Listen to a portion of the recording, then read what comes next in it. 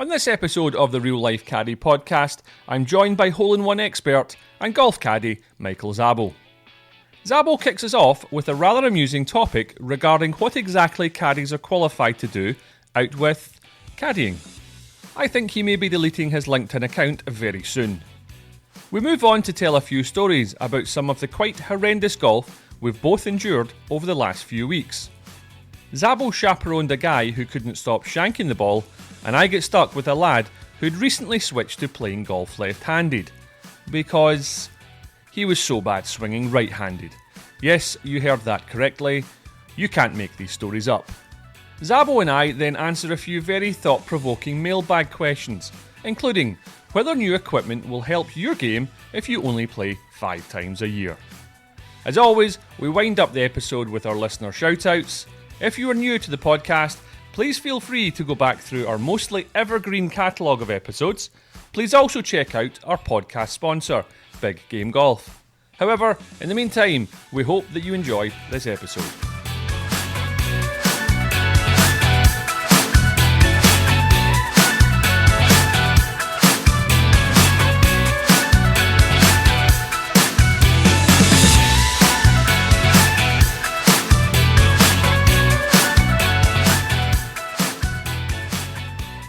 Welcome to the Real Life Caddie podcast, episode 119. This one is called Enough Bad Golf for a Lifetime. What do you think about that one, Michael? I've seen enough bad golf for a lifetime, and maybe the afterlife as well. I've seen a lot of bad golf. Yes. if a cat has 9 lives, I have seen enough bad golf in the past week. Where do we begin with bad golf? Yeah. First of all, last episode, Marcella Smith. It went down very well. People really enjoyed that. Yeah, I mean, the rules of golf. A lot of people don't know them, and she's very knowledgeable. And check out her podcast. Check out the podcast. Also check out her Instagram page, Girlfriend's Guide to Golf. And it just shows that we are equal opportunists by having... We are. That was our first episode with a female on right after the Women's Open. So yeah. 118th episode, and we get a lady in. So and it was you know about what? time. But you know what? See if there's any ladies out there that listen. You know, feel free to contact us and you know, if you want to be on here and you've got something to talk about, please let us know. Shoot some questions. You know, the enough bad golf for a lifetime. This brings me to you on a lot of social media. Like I know you have your glorified donkey accounts and but yourself, are you on a lot of social media? No, I'm a pusher. I'm the drug dealer. I don't take the drugs. But what about like LinkedIn? Are you on LinkedIn? I'm on it, but I never use it. You know what drives me nuts about LinkedIn? Because I've been a caddy for way too long. I've been a caddy for 20 years. You know how LinkedIn sends you like jobs like that you're qualified for and you should be? Oh man, I gotta delete LinkedIn because it's getting ridiculous. I could be a Walmart greeter. Walmart greeter's a big one. Janitor. I could be a janitor at numerous places. I got numerous offers to be janitors places. And then I'm like, Marianne, look at this one. I'm telling my I gotta get off LinkedIn. This is absolutely absurd. You know, they want me at Buffalo Wild Wings wearing the chicken suit out front. I'm like, I could do that. I'm like, no, I'm done with LinkedIn. Well, if you want to move to Kentucky, there's an opening. Remember Cole Hampton, the caddy that was at Valhalla? He left his job as a Chick-fil-A. Chick-fil-A, there you go. I don't think I qualified for that one as a caddy, but yeah, I'm getting a little fed up with the LinkedIn suggestions. That is a great story. Like, what if you are institutionalized, which ultimately both you and I are as caddies, what would we be qualified for now? Not much. Greeter at Walmart. I got that one covered. I think some sort of job in profiling. Yeah, absolutely. We could be quite good at profiling or sniffing out bullshit. I think we're not bad at that. Lie detector, human lie detector. Well, tell me, enough bad golf for a lifetime. There's a reason we called it this, because we were on the phone the other day and we just talked about watching so much shite golf. Yeah, we were talking about doing an episode revolving around bad golf. I'm like, well, I'm definitely going to be able to one-up you because I've seen way more worse golf than you have, and it's not even close. It's not even borderline close, the bad golf I've seen. So, I mean, do you want to start it and I can one-up you, or where do we want to start? Well, we have this big group in town. They come every year, and the first day of the event, I roll up to the tee. I've got my usual guy, Gio, and he introduces me to the other players. It's 3 guys and a lady, and it's a husband-wife, and I've got the wife. Uh-oh. Uh-huh. And the boys say, oh yeah, this is my wife, and she doesn't play. She just started. Oh, jeez. Just what you want to hear. You hear that way too frequently. 3 o'clock loop on a Sunday afternoon. Oh, 3 o'clock. Jeez. At the wee course.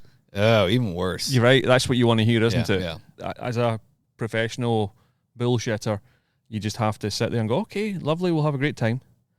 The golf, we got her moving, right? Yeah, keep her moving. We don't care how bad you are. Just move it along. Move it along. But we were able to. She was quite athletic, so we were able to learn a few things. Mm-hmm. And she ended up having a wonderful time. She actually texted me a couple of days later, said, thank you so much for being your patience, etc. And again, I've never thought I was a patient person. I'm not very patient with myself or in certain situations. But when it comes to caddying, we're actually very, very patient people. You have to be. But she had a wonderful time. So the Sunday goes by, that's fine, no problem. The Monday comes along, and I look at this guy and I think, I recognise him. Seen him before, yeah. Yeah. And I thought, I know you. And he goes, oh yeah, you carried me for me before. Or actually, I asked my player. And he says, oh, you know him from like 4 years ago. Okay. Well, he's wearing hearing aids. And I'm thinking, he's my age. Maybe younger. 25, And the guy's deaf. So I guess he's got some issue that he woke up one morning, he had a problem with his eyesight and he's deaf. Jeez. Yeah, talk about getting the shitty end of the stick. Yeah, seriously. Right? He's got left-handed clubs. And I'm like, I know this guy. And I said, weren't you a right-hander? Oh, no. Oh, no. And he's... Well, when I woke up and I lost my hearing inside, I decided I was lefty. He says, yeah. I says, well, why did you switch? He says, well, it was so bad right-handed, I thought we may as well try left. Oh, jeez. Right? Wow. So that's how we start off on the first tee. So he's deaf. Oh, but it's okay. He can lip read. Oh, perfect. Well, he can't lip read someone from the west of Scotland, mate. Oh, jeez, yeah. He only can lip read an Atlanta, Georgia accent. He needed fish. Right? But so you might picture this. All day I'm going, all right, Andrew, it's about 170. You want to play this on about 180, okay? Lovely jubbly. Turn around and say, all right, here, you're going to have to hit this like 170. Yeah. Maybe hit it 175. Yeah, you got the Georgia accent all down. Day. 5.5. You did the Georgia accent? All day. That's pretty cool. The rest of them are laughing. Yeah. Oh, yeah. No problem after that. Wow. So I have a rule with shitty golfers. Yeah. We start with a driver, and if you hit it poorly, the next one we hit 3-wood. And then you get demoted, but then you can graduate. Yeah, if you hit the hybrid a little better, you can move back to the 3-wood and maybe get back to the driver. We were only just on the back nine, and he was teeing off with a 7-iron. And by 16, he had the 9-iron out. And I'm holding the left-handed club, and I'm trying to like give him tips of like I'm pulling at straws. Nothing helping. I am absolutely pulling at straws, grabbing anything I can give him.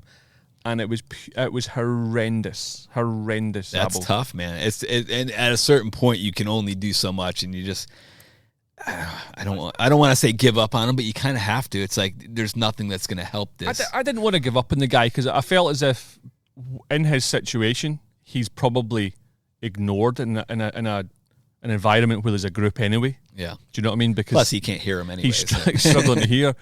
And Tuesday comes round. Slightly better experience.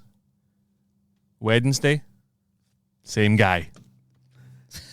I says, how you doing today? He says, I think I found something yesterday. Oh, no. Well, I tell you what, it wasn't a golf game. Yeah. Whatever he found on Tuesday had nothing to do with golf. Had nothing to do with golf. Abysmal. Now, let's talk about some bad golf, because I got a good one relating to bad golf. I work with, actually, you mentioned Mike Jimenez last episode, and we gave him a shout out, but I worked with his brother Marcos, who's also a caddy out there. Yeah. And we got set up with this job for 2 days. They were so bad. They told us right away. The one guy said, I'm really bad. These other two guys are bad. This guy, he's a player. He's good. He's a really good player. I'm like, oh, here we go. He's good. I'm like, so what's up, buddy? You play a lot? And he's like, yeah, I'm on a 17 index. I can get it around. I'm pretty good. And I'm like, here we go. So they were so bad on the first hole, mind you. We said, okay, we got to do a scramble right away. So we played a 4-man scramble, but it wasn't a 4-man scramble because the 17 wants to play his own ball, but he wanted to play the scramble too. But he wanted to hit an extra ball for the scramble. So here I think this is going to be great. We're going to do a 4-man scramble, breeze right through this ground. I essentially was doing a triple because he was playing his own ball and part of the scramble. So he's hitting 2 on every shot and caddying for the other guy.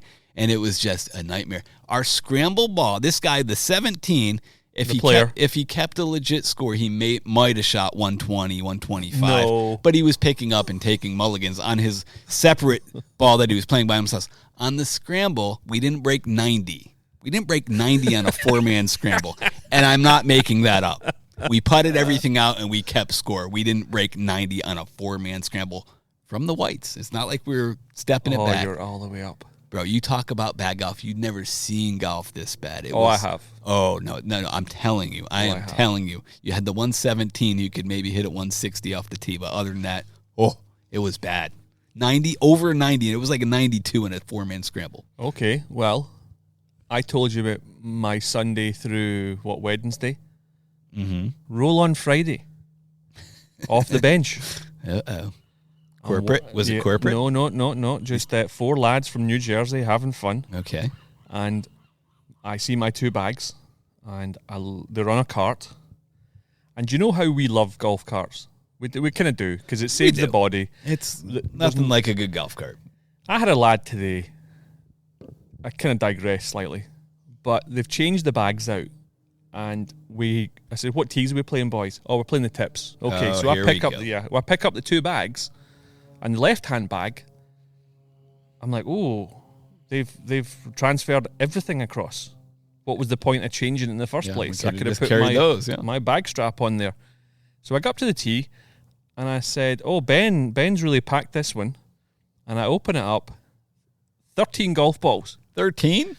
13 now, I got to think that he's probably got one in his pocket already. Yeah. Well, why would you have 13 golf balls if you're playing the tips? Exactly. So I asked him what his handicap is. He says he's a 2. I says, well, we don't need this, we don't need this, we don't need this. And I could have took about 2 or 3 pounds out of the bag. Absolutely. So these boys are on a cart, okay? Today I would have loved a cart with these 2 players I had. I had a scratch and a 2. Brilliant. But this is not the situation. So I meet the boys at the cart, and one of the sets is a lefty. And they're really nice clubs. I can't remember them. Maybe Mizuno, but they look good. And usually players have Mizuno, but he's got no woods. And I said, no woods at all. So I just took it for granted. I thought, oh wow, did you have an issue flying here? Did the clubs break? He went, oh no. I can't hit woods. I went, really? You can't hit woods? He goes, I can't hit them either. I went, oh. Here we go. And he goes, you'll see. I said, oh, well, it can't be any worse than what I've seen the last 3 or 4 days. Oh, jeez. And it was. I should have kept my mouth shut. It was. It was truly horrendous. They weren't playing the tips, this group. This was this morning, the tips boys. Oh, gotcha. Iron guy was playing the whites. This guy was so bad, and his 2 mates looked at me and said, oh, good luck, you pulled the short straw, because the other one was a beginner as well.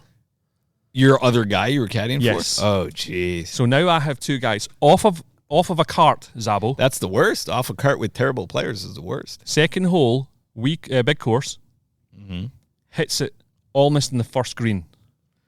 Wow. Shanks it. I've never seen anyone shank. He must have shanked the ball 50 times. Wow, that's impressive. Second tee, correct, exactly. Then he hooked the next one. He's 3 off the tee. He hooked. Right? And I've never been with 2 guys, or 4 people actually. I'm working with wee Scotty, right? My fellow countryman.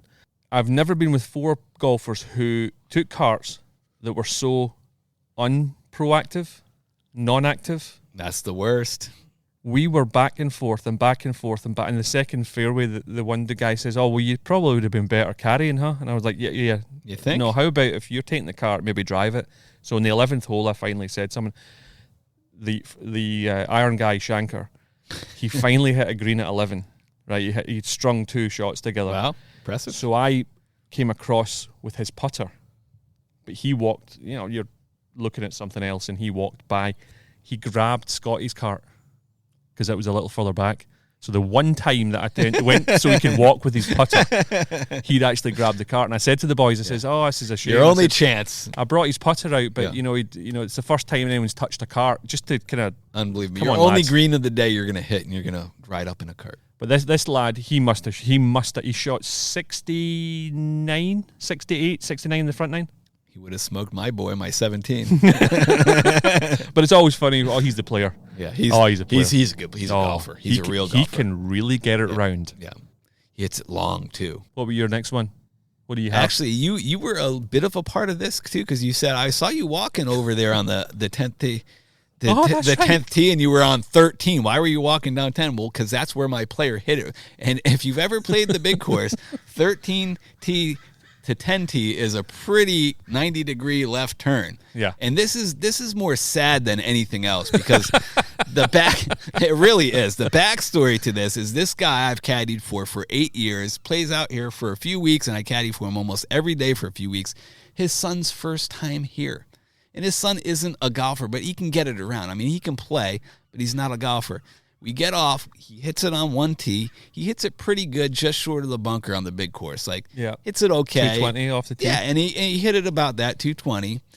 He proceeded to shank his next one onto 2 tee box. Your other guy hit it from 2 tee box to 1 green. Well, he hit it sideways to 2 tee box, and every single iron up until the 18th hole was a dead shank, and he couldn't stop shanking the ball. You talk about my worst nightmare, and it's his first time at the big course. And he, to his credit, he took it in stride and never really got down on himself or upset. He just was like, I don't know, man. I just don't know what I'm doing. And every time, every little fix we had, he had nothing. He was just, well, maybe you don't. You know I do. You get the shanks and it gets in your head, and you start shanking it. And most of the tees he could get off the tee okay, other than maybe a couple, especially that one you saw from 13 to 10. But he shanked every iron shot. It was brutal to watch. I've never had the shanks. I've shanked a ball, but I've never had the shanks. I caddy for, actually, Tyler Dortch, shout out to him. I know he's a good listener. I think it was in his group, one of the players. He was on the plane route out, and he was having a problem with shanks. And on the plane, they saw him in the seat. He was Google searching 2-minute fixes for shanks, and he was looking at how to fix shanks on his iPhone. It's like the things golfers do when they're at the depths of the bottom of the barrel. Like when you're shanking it like that, you'll try any fix. What is the fix for the shanks? Probably stop shanking it. It's pretty simple. It really does get in your head. Like if you have a couple of shanks in a row, sometimes it gets in your head. This dude, I'm telling you, when he shanked every shot, it was chips, everything. I mean, other than his tee balls, shanked it up until 18. 18, he hit a good tee shot, striped his second one straight, striped his third one, gave him the wrong club. He hit in the bunker. That wasn't his fault. Mm-hmm. But it was 17 holes of shanking the ball. That's like my worst nightmare. If I go to a Pine Valley or Augusta, and like my only time to play it or first time playing it, you get the shanks there and can't stop doing it. Nightmare. Very presumptive the first time playing it. Oh, well, the only time. I plan on going back. Okay. Well, I got to get there the first time though. But yeah. True. Yeah. My boy that was shanking it, the lefty. He nearly killed a cyclist. Right? So. Funny you say that. That's hilarious, because we're about to hit a shot, and the guys are, I don't know, if they're not 90 degrees, they're 75 degrees to our right, about 10 to 15 yards like off to the side. And my kid's dad was like, "Hey guys, you might want to watch out over there." I'm like, the kid looks at his dad. He's like, "Dad, you're not helping my confidence there." And what did he do? He narrowly missed him. He almost hit him. It was crazy. But. Well, this guy was in 16, and he's taking his. I think at this point he's getting 6 iron because nothing else is working. Absolutely nothing's working, and he hooks it off 16. It hits a fence, bounces back the way towards us, but there was a cyclist going. It nearly hit the guy underneath the helmet. Shouldn't have been standing there. Shouldn't have been cycling there. And I thought to myself, "Oh yeah, John, we went out to cycle about 8 hours ago. What happened to it?" Took one in the head from a golf ball, a shanker. Absolutely hopeless, and you just get to the point where you're just done. It's tough. It's tough to help people who they can't be helped at some point. I found it really hard this week, actually, because if you think about it, I had our tolerance of very bad golf is very, very high. Has to be. You see so much of it. Yeah. However, seeing that level of complete scrap Sunday, Monday, Wednesday, depressing. Thursday, makes you start thinking about that Walmart greeter position.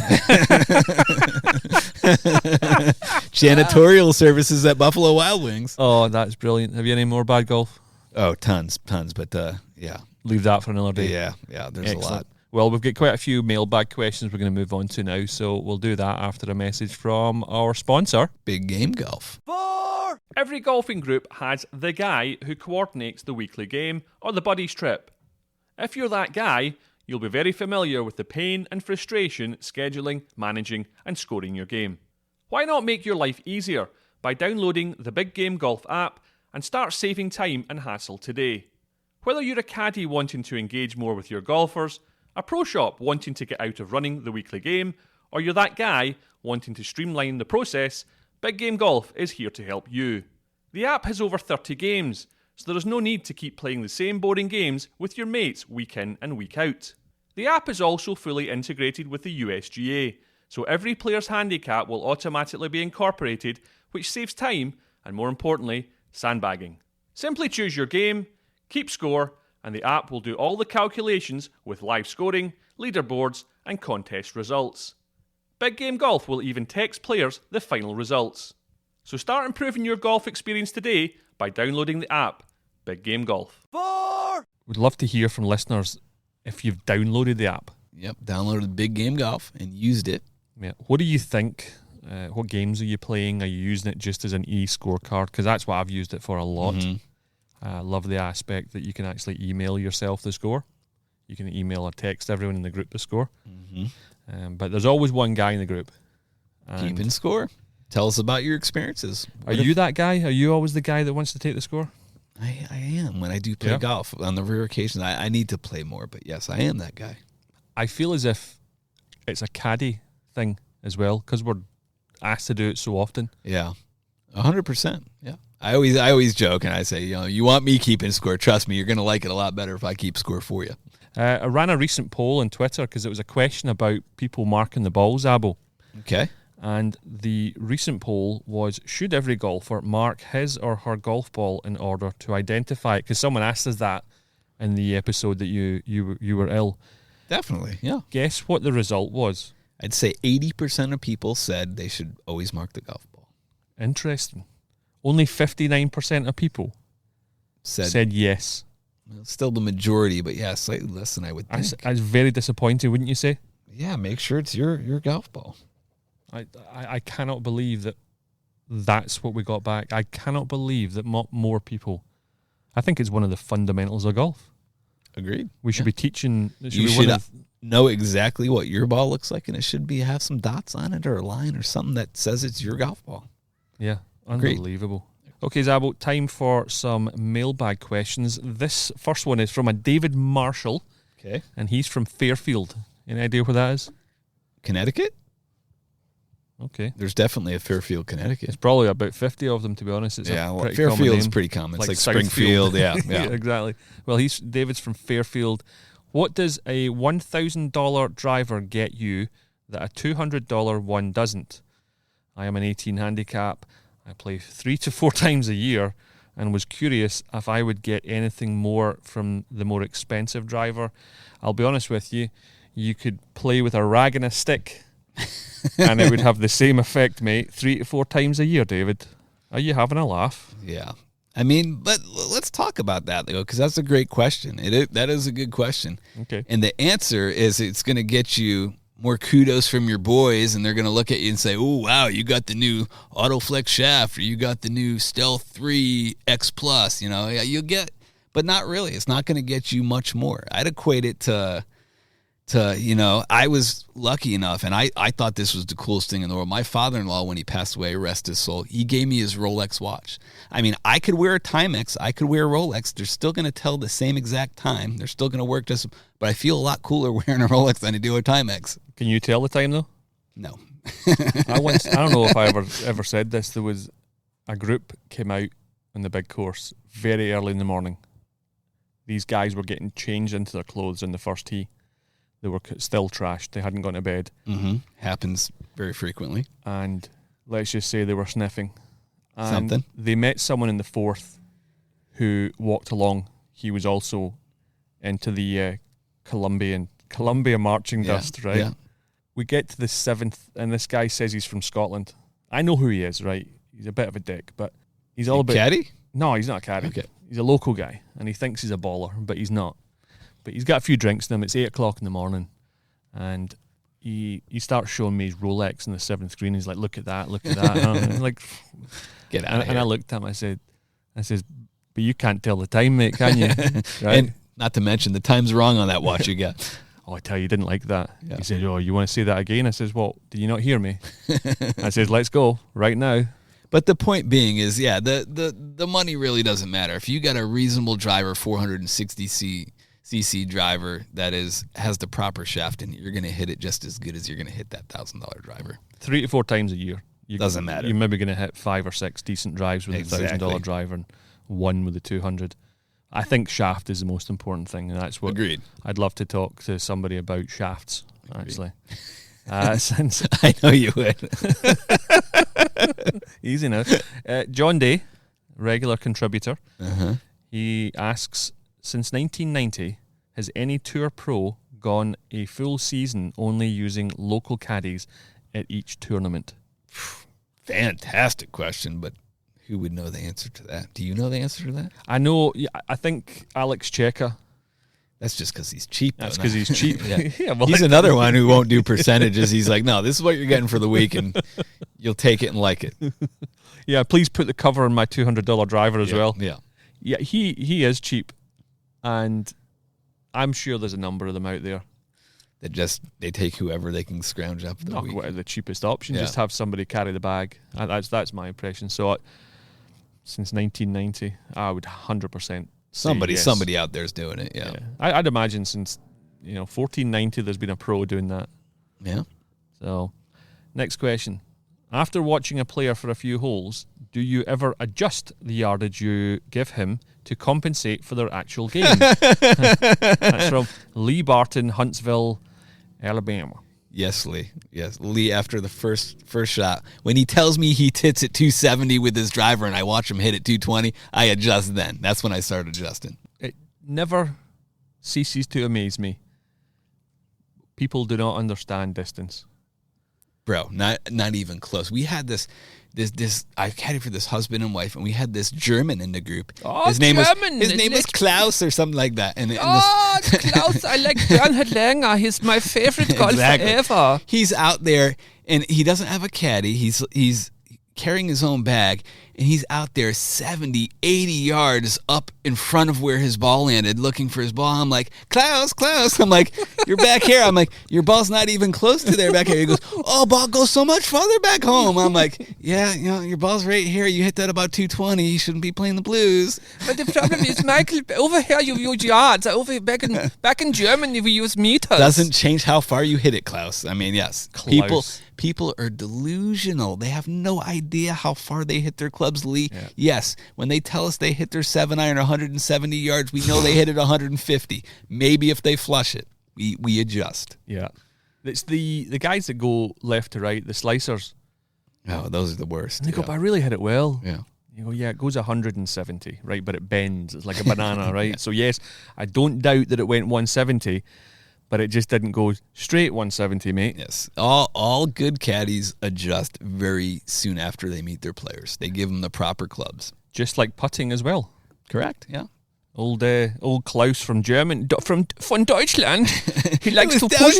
I slide the putter head through the ball. So you start reading him further left. Yeah, exactly. We adjust. Love that one. Thank you very much, Lee. Next question. David McLean. And it says, Dave from Libertyville, Illinois. I am a caddy master at a club and schedule my caddies loops. Sounds like you guys set up your own loops sometimes. How do you get your loops? On your own, assigned by the caddy master, or a combination? Love the podcast. Thanks. Okay, David. Good question, David. Depends who you are. Depends what kind of caddy you are. Whose palm you're greasing to get your loops. I mean, it just depends, yeah. But, yeah, I mean, Gordon and myself, we have a good base of people that we've caddied for before, so I'd say the majority of our loops come from people we've either caddied for or referrals from people we've caddied for. But yeah. By and large, if we're not on request and don't have a group, we go to the bench based on seniority. Yeah, absolutely. It's a combination. Yeah. I know people that were Uber drivers. They picked up loops from picking someone up at the airport. They're going to the resort. Boom. Back in Scotland, it used to be the same guy's going out first. It's because they're greasing the Caddie master, as you say. Mm-hmm. I've heard about it over here as well, actually. I have too. Yeah. And a lot of what I do now is actually quite more and more from the podcast or Twitter. I've had a few of those. And I think I like to call it the family tree, where it's you've carried or I've carried for somebody, you've carried for somebody, and they then refer you. Yep, that happens a lot. So they're having lunch at the club, and all of a sudden someone says, "Oh, I'm heading out to California." "Oh, right, you got to hit this guy up." And there are people. I once listed it out just out of interest, and I was on to my 8th group of people from the initial person. Yeah, it branches out. You're right. It's like a family tree. Well, it branches like the Russian dolls. Yeah, and it started off with this guy, and it's funny because you then get to know, this guy here better than you, the initial guy. Subsets of friends, and then you get the branches coming off of there as well, and that's fantastic. But there are snowballs. If you have worked at the same place for 5 or more years, and you never see your name up on the board, something's wrong. A request, there's something seriously wrong. Something seriously wrong with your ability or your personality. Correct. So I do know some guys that just don't. They won't They're do not it. Interested, Yeah. and they should be, working at Walmart. There are guys who will not do requests. They will work for one group and they will never go with them, no matter what they get paid and how much they're liked. Perfect. Well, thank you very much for your mailbag questions. We absolutely love them. I love some of the stuff we get, and we get some nonsense sometimes, but the majority of it's very good. If you have a question, send it in on social media. Glorified Donkey, Twitter, Instagram, Facebook, or you can email us, podcast@glorifieddonkey.com. Okay, Michael, I think that's us coming to the end of another episode. That is, yeah. We got shout-outs to do. Oh, we got shout-outs. Yeah. I got to shout out my boy David Nice. I caddied for him for a few days, guy from Minnesota. I know he's going to be a podcast listener. Had a great couple of days on a single bag with him. Also got to shout out this was an interesting one, Max and David Godvin. So Max, I was caddying for him a couple weeks back, and younger dude, and you know how we do. We're like, where are you from? What do you do? He's from Dallas. It's like, what do you do for a living? And he's like, oh, I'm in the apartment building business. And I was like, oh. It's like, you must know one of my good friends out there. And Brian Tusa, he goes, no freaking way. I said, what? He's like, that's my boss and mentor, Brian Tusa. I'm like, dude, I've caddied for Brian Tusa for 10 years. So immediately, what do? You take a picture with the kid, and I send it to Brian Tusa. He's like, you got to be freaking kidding me that you're caddying for my boy Max right now. So got to shout out Max and Brian Tusa as well. Hope you're back soon, Brian. It's been a while. Come on back. Love it. Brian Moore, good pal of mine now from Colorado. He was out recently for a tournament. So Brian, hello. Jimmy Dooling. Jimmy loves the shorter episodes because he's got a short attention span. Yeah, and we love you, Jimmy. Yeah, so Jimmy, we'll see you soon, and thanks for listening. And also Ben, 13-ball Ben. 13-ball Ben. From Los Angeles. You know who you Mr. are. 2 handicap, bringing 13 balls, playing the tips. Played really, really, really good golf as well. Did he? Oh, yeah, really, really good. How many balls did he lose? None. Wow. He had to 12 too many? Well, here's the problem, right? He also hit 2 on cart paths, right? So, of course, they get the big bruise switch on out, it. yeah. So, switch them out. So, I then motioned to him, throw it on the beach. And he went, no, I can't throw that away. I went, why not? I'm not carrying it. He says, I made 2 birdies with that one. Oh, jeez. Right, okay, so that goes in the bag. Happens to him about 3 holes later. Goes to put it in the bag again. I says, oh, well, you made 2 bogeys with that. Okay, I guess you keep that too, huh? Jeez. That's funny. Ben, you know who you are. I know he's going to be listening. Yeah. Hope you're well. Less is more. If you want to support the boys, you can download the Big Game Golf app. You can put down code GDonkey, all lowercase, 1 or 2, the numbers 1 or 2. You can also visit our website, glorifieddonkey.com. Buy us a beer. It's a website called Buy Us a Coffee, but you can also do the beer. But it's on our website. There's a link there. Look it up. And also on our Twitter account. So, Michael, many thanks again for your time. Thank you. Good to be here. I look forward to the next time when we have Absolutely. plenty more good stories and content. Mm-hmm. To our listeners, many thanks for listening. If you are new to the podcast, make sure and go back. We have a long list of episodes, 118, and one with a lady now. 119. 118 previous, though. Oh, you're right. And one with a lady. Good point. So, like the 78th U.S. Open. Many thanks for listening. Get out there, enjoy your golf, but more importantly, keep it humble.